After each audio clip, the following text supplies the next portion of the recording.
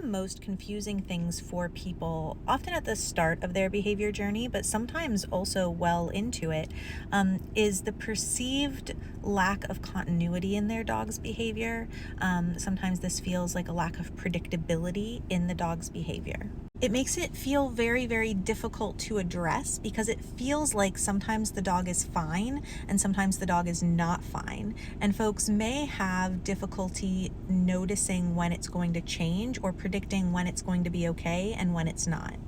Or they may have a better handle on when it's going to be okay versus when it's not, and they try to work on the context where it's not okay, and what ends up happening is it turns out that it's actually not okay in those other circumstances.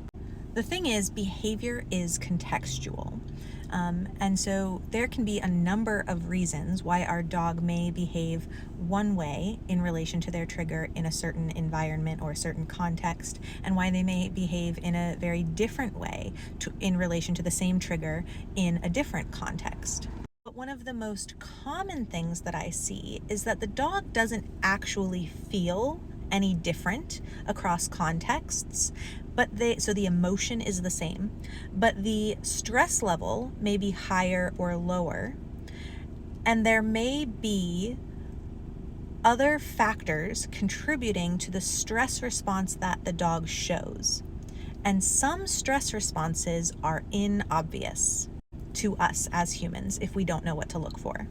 And what I mean by that is we can usually tell, although not always, when the dog is in a fight response, when they're behaving aggressively. Although I will say that sometimes these interactions are mistaken as for play or overexcitement. But generally speaking, it is easiest to notice biting, growling, lunging, snapping. Big flight might also be really obvious to us: running, hiding, escaping, trying to climb up into our bodies. The fawn response, the fidget response, and the freeze response are often missed. Fawning is often mistaken for behaving submissively or for being very happy to engage with a person or dog. It's people pleasing.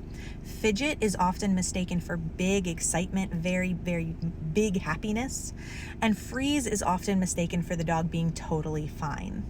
And whether the dog engages in fight, flight, fawn, fidget, or freeze is going to depend on a lot of different variables. So for example, a dog might be more likely to choose flight if they are outside or off leash because they perceive that they can take space and get away, versus inside or on leash, they may perceive that flight's not an option, and you might see that fight response or that fidget response.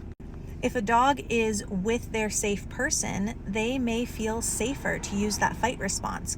Get away, my safe person is here. They have my back, kind of thing.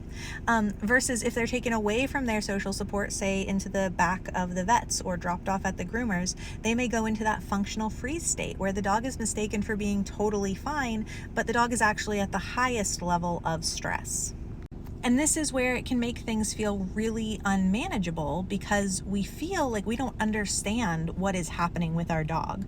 But really, across the board in these contexts, they may be feeling fear across the board, anxiety across the board, but they may be lower or higher on the stress scale depending on the different variables, which is going to change how the behavior presents.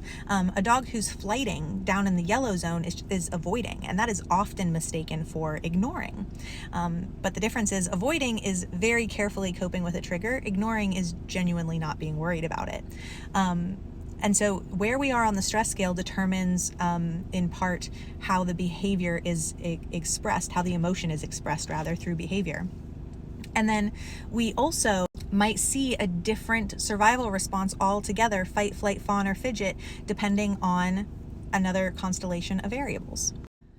Once we can figure that out, is my dog actually comfortable in these other scenarios, or is this simply a different level of stress or a different survival response that they're displaying in response to that stress, that can make things go a lot easier. It's very important information. I often find in my initial consultations that my clients feel a lot of relief once we put those pieces together and they see that their dog's behavior isn't really as unpredictable or strange as they might have initially felt.